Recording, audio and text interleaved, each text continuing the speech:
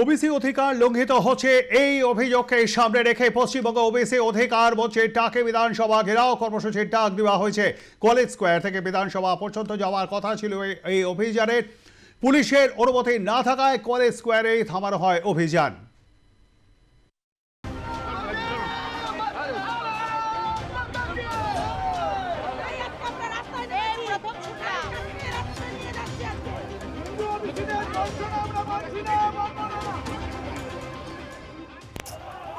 OBC অধিকার রক্ষা মঞ্চের ডাকে বিধানসভা ভবন অভিযান ছিল, তার আগেই কলেজ স্কোয়ার থেকে গ্রেপ্তার হলেন তারা। এই মুহূর্তে পুলিশে ছয়লাভ বলা যেতে পারে, একাধিক পুলিশ এখানে রয়েছে।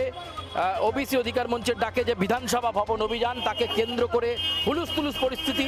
অভিযান শুরুর আগেই পুলিশি ধরপাকড় শুরু হয়েছে। এখানে আমরা দেখতে পাচ্ছি অভিযান শুরুর আগেই পুলিশি ধরপাকড়। কলকাতা পুলিশের সিনিয়র পুলিশ অফিসিয়ালসরা তারা এখানে রয়েছেন। এখনো পর্যন্ত 11 জনকে আটক করা হয়েছে, যাদের নেতৃত্বে আমাদের আজকের এই আন্দোলন, তাদেরকেও অ্যারেস্ট করা হয়েছে। ঠিক আছে, তাদেরকে সর্বপ্রথম অ্যারেস্ট করা হয়েছে। অ্যারেস্ট করার কারণ হচ্ছে তারা পুলিশ ভেবেছে যে আমরা যদি নেতৃত্বকে অ্যারেস্ট করিনি তাহলে হয়তো সবাই পালিয়ে যাবে, সবাই বেরিয়ে যাবে। কিন্তু আমরা এখানে এখনও দাঁড়িয়ে আছি, এই আন্দোলন চলবে।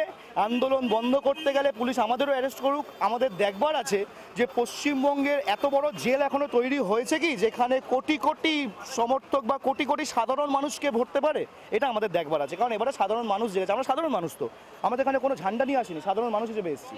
এই অভিযানের পুলিশি অনুমতি নেই এবং সে কারণেই কিন্তু ধরপাকড় শুরু হয়ে গেছে। এই মুহূর্তে কলেজ স্কোয়ারের ছবিটা, কলেজ স্কোয়ার থেকে বিধানসভা ভবনের দিকে যাওয়ার পরিকল্পনা ছিল ওবিসি অধিকার রক্ষা মঞ্চের কর্মীদেরকে। এবং এই মুহূর্তে যে পরিস্থিতি আমরা এখানে দেখতে পাচ্ছি, আরও একবার দেখাবো, বিশাল পুলিশ বাহিনী এখানে রয়েছে।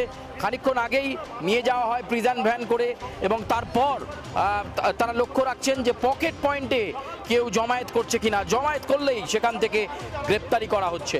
ক্যামেরায় প্রসেনজিতের সঙ্গে সুচারু, আর প্লাস নিউজ, কলকাতা।